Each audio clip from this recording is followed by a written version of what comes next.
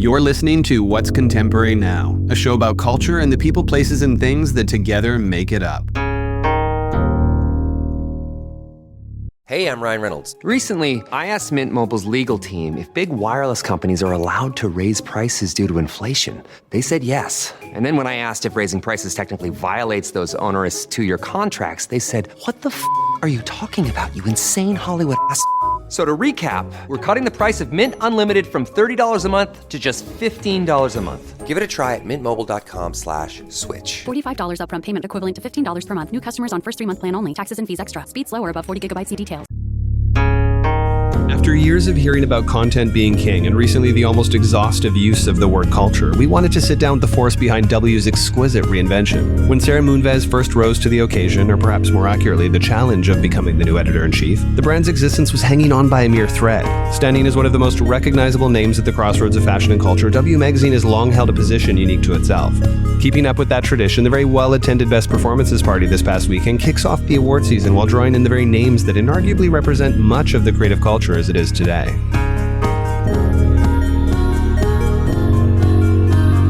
This is Sara Moonves, and we're talking about what's contemporary now. Sara Moonves, the day has come and we've managed to get you on the show. Thank you for coming. Thank you for having me. I love that we're your first podcast, by the way. I'm very excited you're my first too. So if you've listened to the show, you know that we always start with the same question, which is asking our guests about the years that you can't really find out about online. So tell us about your childhood, the formative experiences, and whatever it is you think helped contribute to make you the person you are today. Definitely. I grew up in Los Angeles. I was always a very ambitious child. I loved culture from a really young age. I loved fashion. I loved film. I loved television. I loved going to the museum. I loved living in LA. I loved growing up in LA because there was lots to do and lots to see. And I met lots of people growing up, and I loved traveling. My parents took me and my brothers all over the world when we were little, which was amazing. I fell in love with Paris and with London. And most importantly, which was a big part of my life, I fell in love with New York City. And I always knew I wanted to go to school here. I did a very, big college tour of all the schools, but I knew it was New York. I wanted to go to NYU. I wanted to be downtown. It was very important to me because I wanted to be in the city right away. I thought that going anywhere else would prevent me from doing all the things I wanted to do right away. I had no desire to stay a child in any way. I wanted to get into it very, very quick. I was really lucky. I had an internship with Lisa Love at Vogue when I was in high school. And I would do everything from pick up her lunch to assist on a cover shoot. It was really amazing. And because of that experience, I knew if I came to New York, I could get an internship here through Lisa, which was another reason I wanted to be in New York. I didn't want to miss out on those opportunities to get to work during college. It was all new and exciting to me to be in New York City, but I felt like this was my home the second I got here. Film always played a big role in what I wanted to do. I would watch movies about New York City and become obsessed with the idea of living here. And I loved fashion from a really young age. My entire bedroom in high school was filled with magazine photos. It was very dark in my room because every inch of it was filled with W, with Vogue, with Italian Vogue. I would read the back of magazines to look at, there used to be credits in the back of where you could find things. So I would say, oh, I saw this dress and I want to go here and get this and look at this. And I would read in Vogue what magazines, what museum shows I should go to, what movies I should see. I sort of used magazines as my Bible of what to do and what to see and, who I should be paying attention to and designers that I loved. And I really just knew from a young age I wanted to be not only in fashion, but in the magazine world. Well, that's what I was going to ask, because you did study both journalism and photography. So was the dream from the beginning always to be an editor-in-chief of a magazine one day, or was the first love the fashion styling? Which came first? Definitely wanting to be an editor-in-chief. This has been my dream always. It happened sooner than I expected, which I'm so grateful for, but I always wanted to do this. The fashion editor aspect was slightly by mistake. I was Sally Singer's intern when I was in college, which was incredible. And Sally lived at the Chelsea Hotel, but she'd have these epic dinner parties, and I would get to go and put the place cards down. I remember one amazing dinner she had for Rick Owens, and I met so many interesting people. And Sally was amazing at really including me in her world. But from that, when I was about to graduate, she didn't have a position open to hire me as a full-time employee, but there was a position open to be Phyllis Posnick's assistant. Besides the slight interning on sets in LA, I'd never been on a Phyllis Posnick level photo shoot. I didn't really know what that meant. I interviewed with Phyllis. She hired me, and I started a week after I graduated from college, and I was on shoots with Irving Penn, 2 weeks later. It was sort of surreal, but as soon as I started working for Phyllis, then I knew, I want to be a fashion editor. That became clear very, very quick. I don't really think I knew exactly what being a fashion editor meant until I worked for Phyllis. And also all the research that went into what she did. The clothes were obviously a part of it, but a small part of it. It was so much bigger. So then my love for being a fashion editor really took shape. Well, even though what you've done with W and its own history and DNA is very different from that of Vogue, it was quite an institutional education, I'm sure. So what type of takeaways do you think that you really had, not just from your time at Vogue, but specifically, like you were saying, with Phyllis and even the time spent with Sally? Sally is one of the most brilliant people I've ever met. The way her brain works, the ideas she has, the inclusion of people and her world and everything she does. I met Peter Coping and Albert Baz and all these incredible people in her world. And I saw how designers really trusted her and really valued her opinion. And I remember cutting the story she wrote for Vogue out and studying how she wrote. She just taught me so much about the bigger world of fashion. And then when I started working for Phyllis, I learned how to make a picture. I learned how to research. When you were assigned a story to shoot, it wasn't just let's pick out a dress to put on them. It was learning everything about them and their world. And Phyllis worked with Irving Penn for many, many years. And we would spend 3 days doing one picture. It was such an incredible time. And just to be in that studio was an incredible education. But the attention to detail, working with Annie and Stephen Klein, and we would travel and learn so much about the people and places we were shooting and really the history behind everything. Vogue and Phyllis and Sally and Anna just taught me about how much bigger fashion is. I think now is different, but at that time, before social media was such a big thing, it was really teaching the world about fashion in a much bigger context. People love to sort of distill someone's success down to degrees of privilege or external variables that might have helped them along the way, because of course it makes you feel better about potentially not necessarily being in the same position as that person. But during the trajectory, not just having started as early as high school, even from when you first decided to take on W after having already been its style director, that's a very impressive feat. And the time at which you did it was a very challenging period where most magazines were struggling just to function, much less reinvigorate what was almost going to be a dead brand. So can we go back to that beginning and sort of talk about what that entailed and how it was that you were able to cultivate a sense of vision that would ultimately lead it into the place it's come today? When I first knew I was going to be the editor of W, there was, of course, a level of fear. Big, big brand to take over.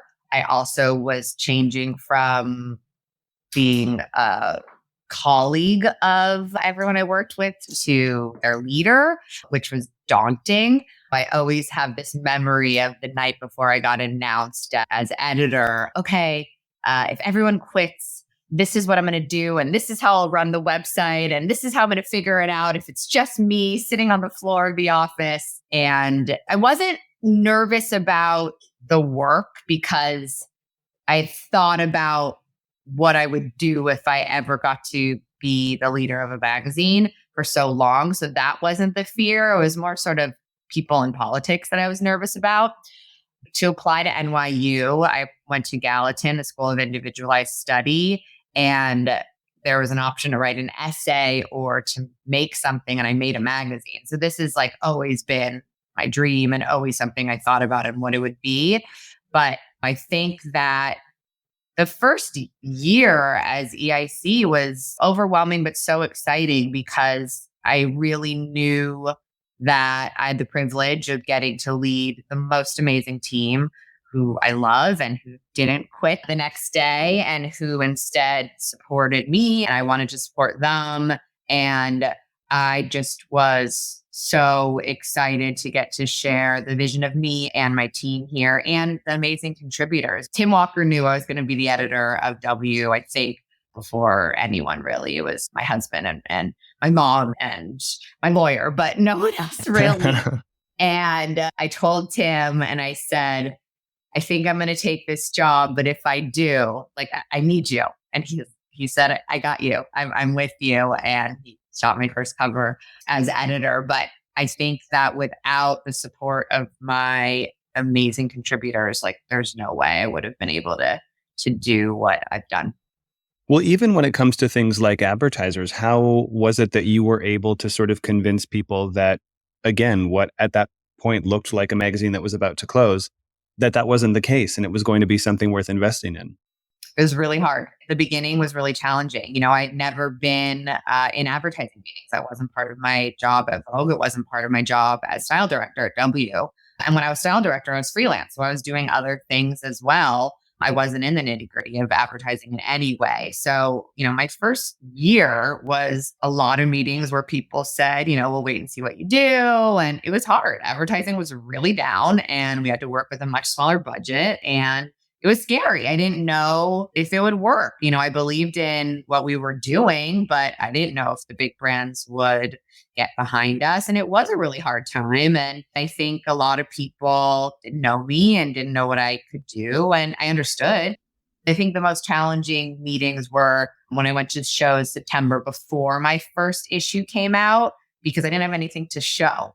My first issue arrived to my Paris hotel about halfway through Paris Fashion Week.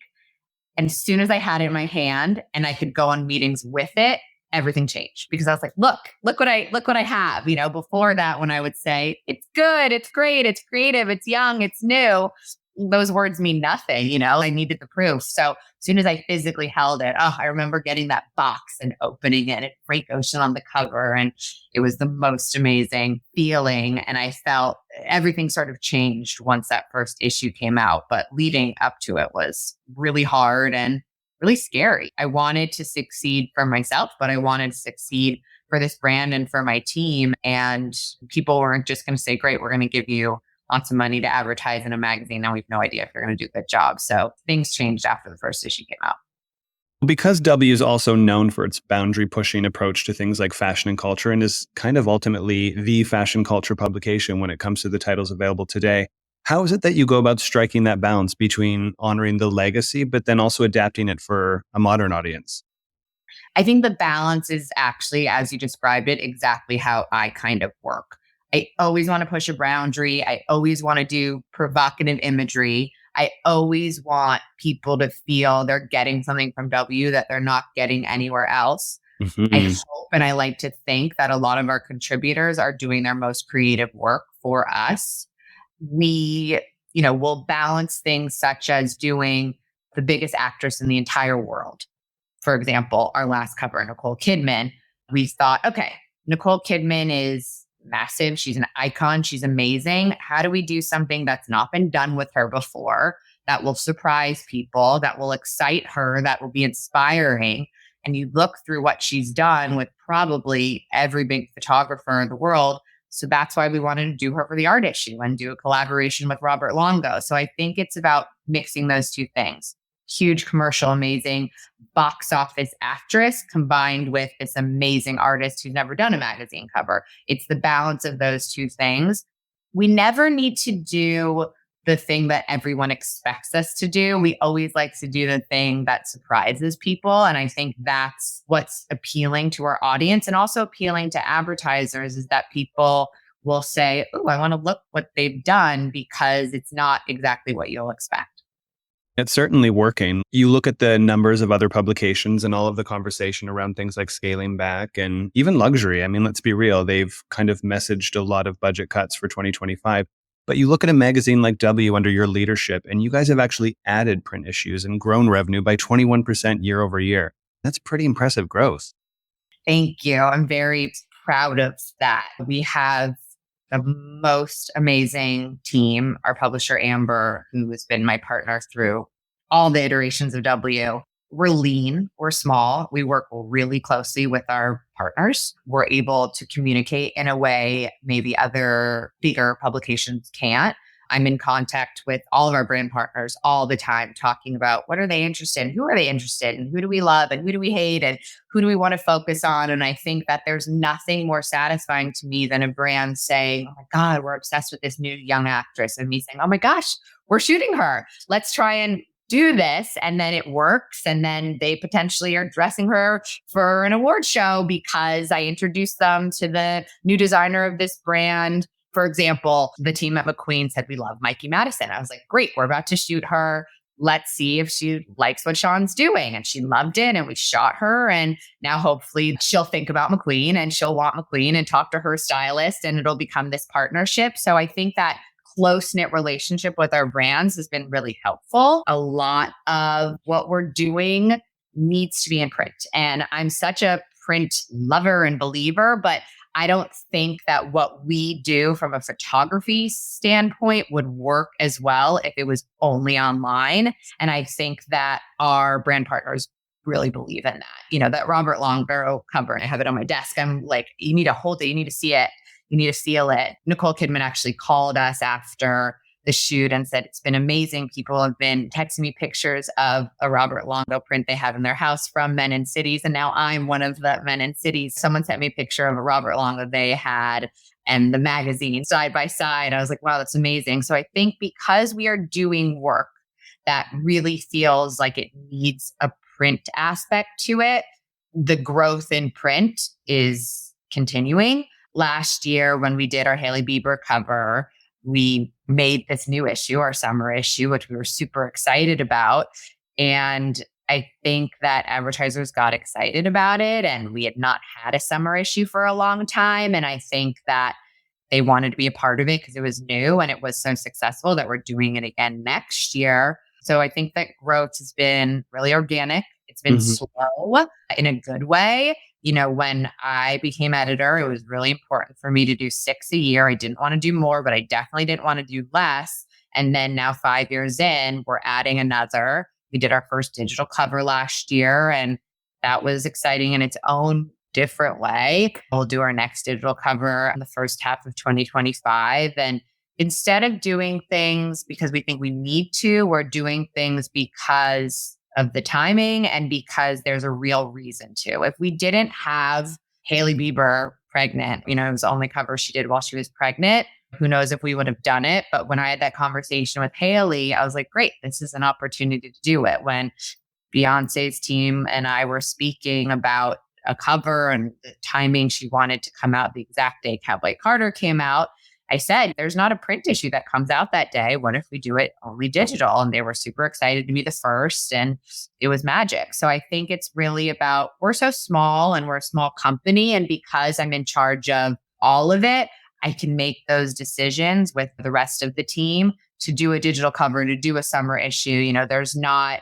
so many steps we need to go through or people we need to go through in order to get it done. It's really just the team here. One of the things I loved about that Beyonce digital cover moment was the fact that it then became a print edition, which was a limited run. And obviously that's a beautiful way to prime the reception for a print offering. But do you think that that type of a model with limited edition print offerings will be a significant part of the future of W?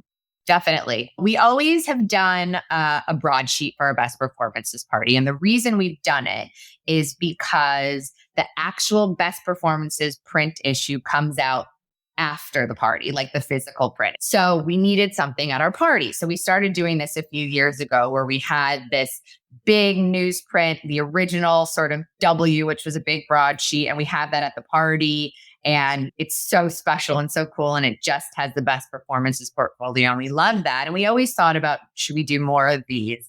And then Beyonce was such a perfect example of, the demand from her fans, the want from her team, the want from us. It was amazing and such magic because when we put it out digitally, we did not think we were going to do that. But Beyonce fans saying, we need a copy, we need print, we need this. We went to Iconic and to Airmail newsstand and we were watching people come and get it, which was so amazing. It was just a specialty Beyonce issue and it just worked so well. So I don't know what the cadence of them will be. And again, we will only do it when it feels right. But I think it'll definitely be part of our future.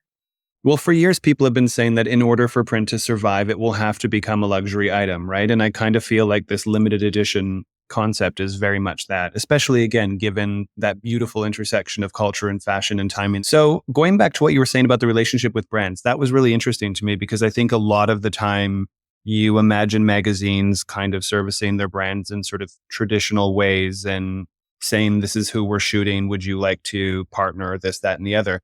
But is it ever the opposite? Do you ever hear from a brand who they would love to work with and you actually decide that that's a great fit for W and go out to that person as a result of that conversation? Or is it always you sort of letting them know who it is that you guys are going to feature first? It always starts with us. Okay.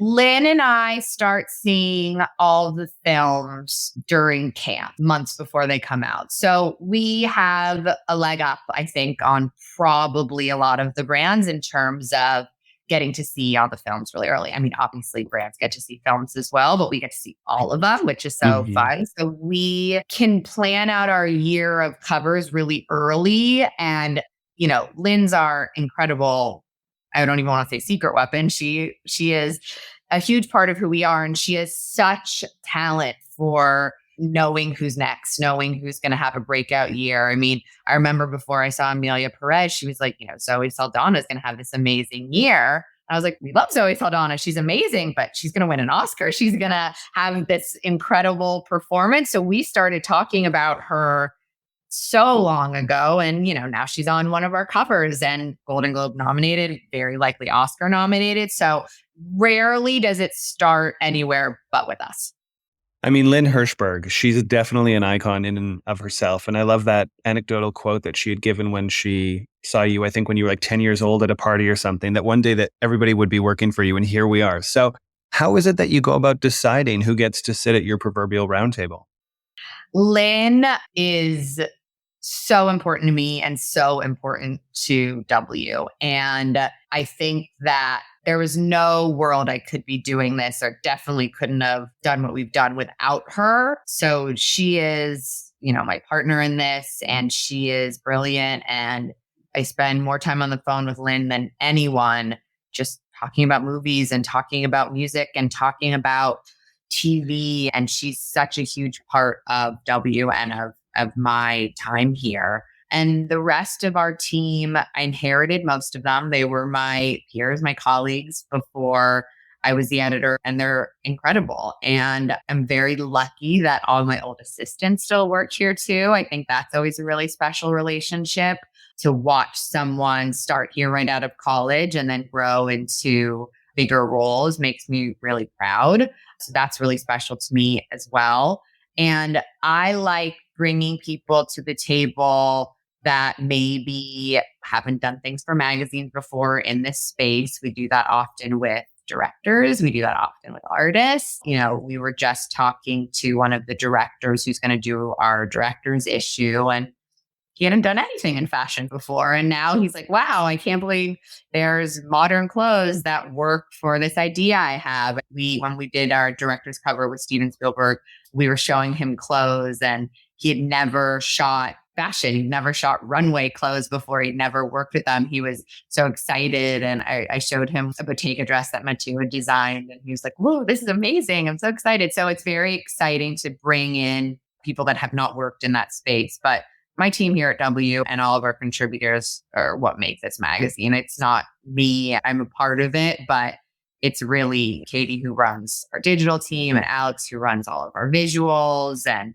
Nora who runs all of our fashion. Like they have cultivated incredible teams and we have all staff meetings twice a week. And I really like to listen to everyone's ideas. We have such cool young people here. Whenever we're doing the music issue, they are definitely running the show over me. And I remember when they wanted to put Bad Bunny on the cover, I had not even heard of him yet. And then he blew up right after. But those are such exciting things when the whole team's like, no, we got to do Bad Bunny. And I think we were one of the first covers he did in the US. So it's really about keeping smart and cool and creative people around all the time that makes me and this magazine better. That currency is potentially an answer to my next question, but I do feel like the growth is just something that we have to kind of talk about a little bit more because it is so impressive having done it at the time that you have. And so attracting the level of luxury advertisers that W has under their belt and working with them in all the ways that you've shared with us today, what do you think makes W unique for those types of partners in terms of how it is you guys deliver that might stand out differently from other titles? Of course, the pairing is great and all of the things that you had discussed earlier, but I feel like there's more channels and more ideation that's unique to W. Definitely. I think from the get-go, when we decided to do 6 issues, that was appealing because we didn't go out saying we need X amount of issues and we need this support and we have these numbers you have to do. It was much smaller. And I think that because of that, it was easier for a brand to say, okay, we want to be in 1 issue. We want to be in 2 issues. We want to be in all issues rather than having to do bigger commitments, which I know is necessary at bigger publications. I think also when I became editor, one of the main problems I saw was that digital and print were really disconnected, and I wanted to make it much more connected. I work really closely with Katie, our digital director, and I want it to feel like the print issue is this amazing, almost art book that you can put on your table and doesn't feel like something you want to throw away and something you can go back to. Whereas digital is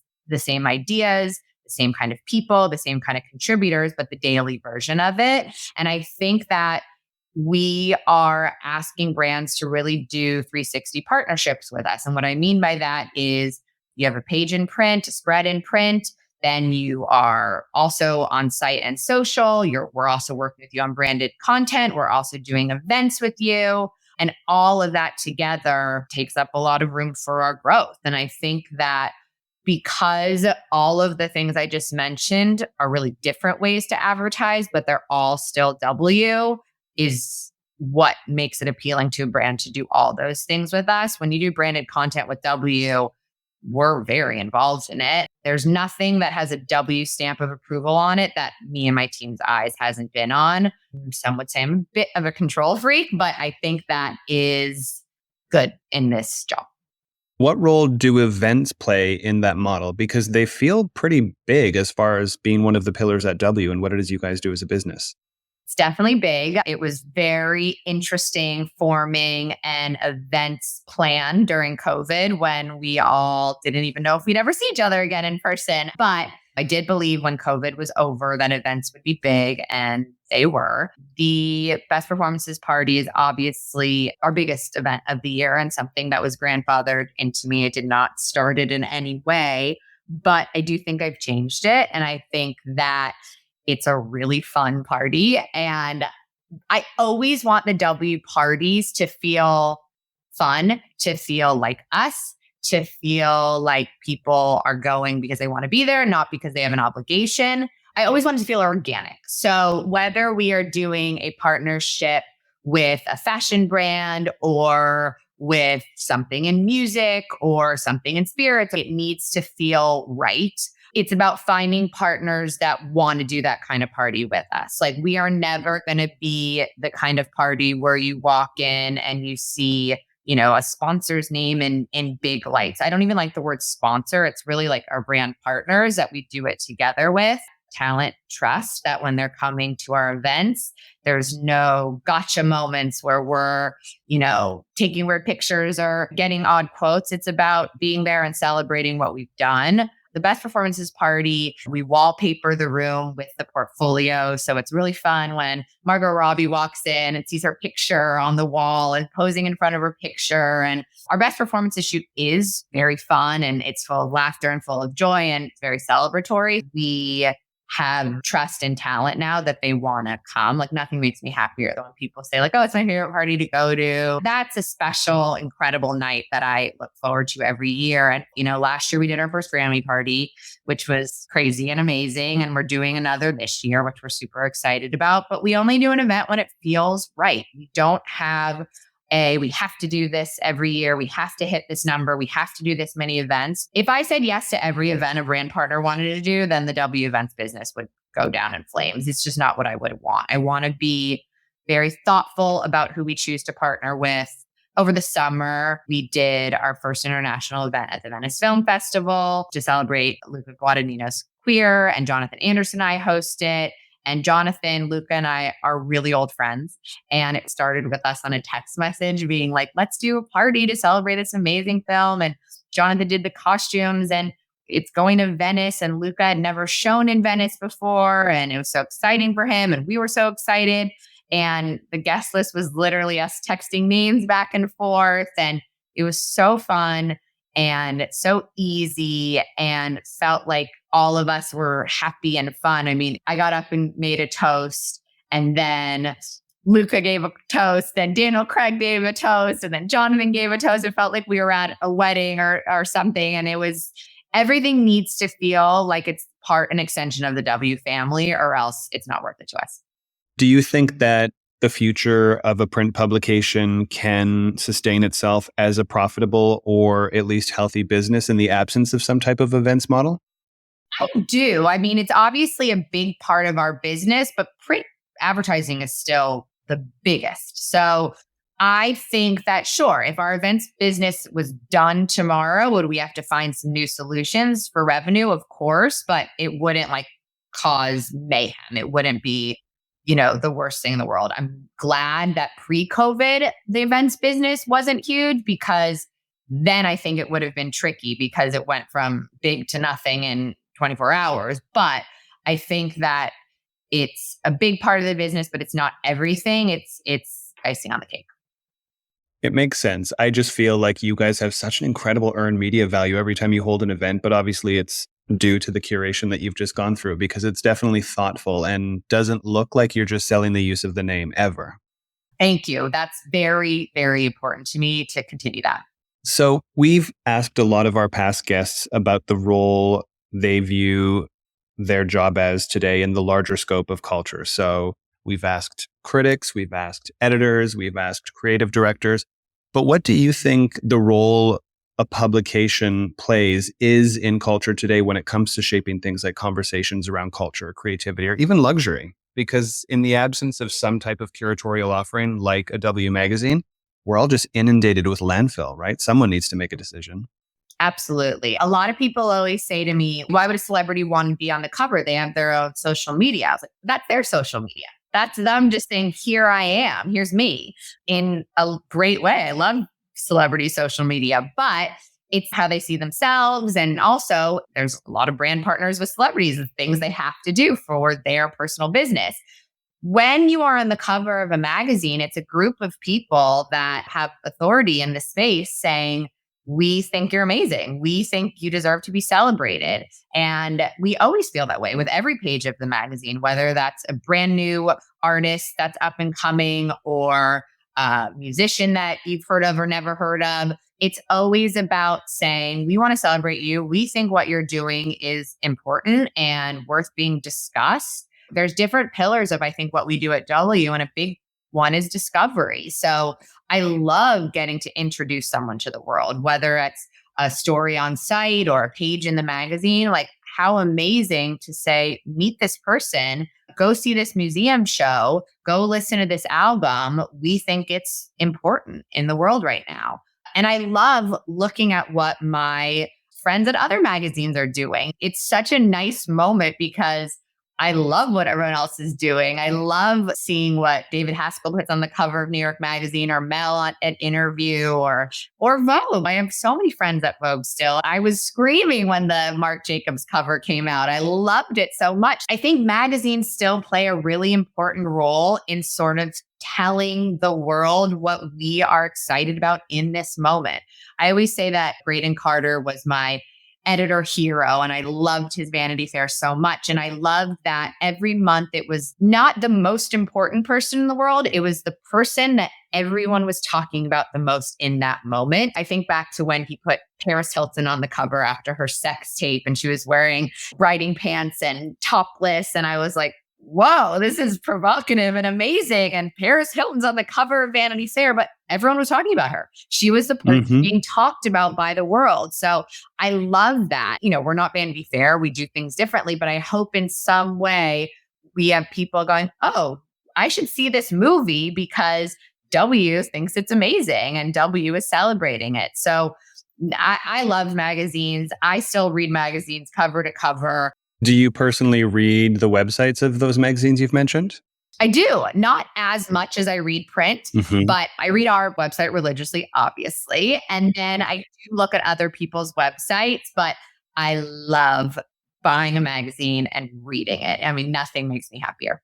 I love that you brought up Tim Walker earlier, because something I wanted to bring up was him having described you as having both personableness and a profound understanding that fashion exists within a larger cultural context. I mean, A, what a beautiful compliment, but B, does that resonate with you, or how would you describe yourself?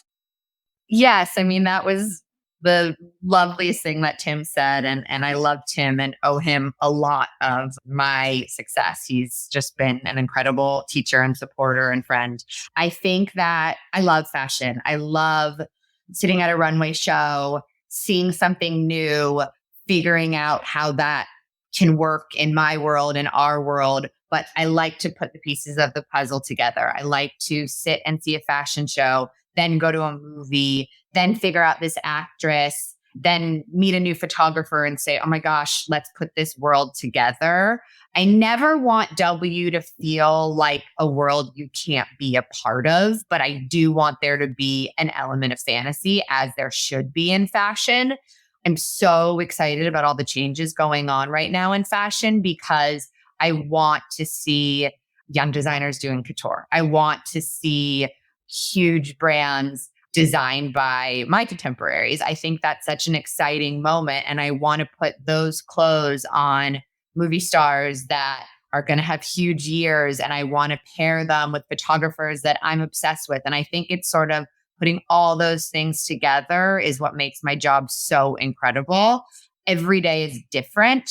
And getting to work with the most creative people in the world, I pinch myself every day because of it. Even with Tim, we just text each other ideas, and it could start with a picture we saw, a color, a thing, a movie. Tilda Swinton and Tim are obviously longtime collaborators. And I remember they texted me and they said, oh, we want Tilda's related to Edith Sitwell. We want to make Tilda Edith Sitwell. Like, want to do it? And it's like, yeah, let's do it. And then last summer, I was sitting with Tilda at an event, and she said, do you want to come to Scotland and do this amazing project with Tim and I? And I said, of course. And she said, everyone can stay at my house. I said, what are you talking about? You don't want everyone staying. And we all stayed there. We all created these incredible images that were so powerful and so amazing. And when Tim did his show at the V&A, and I was walking through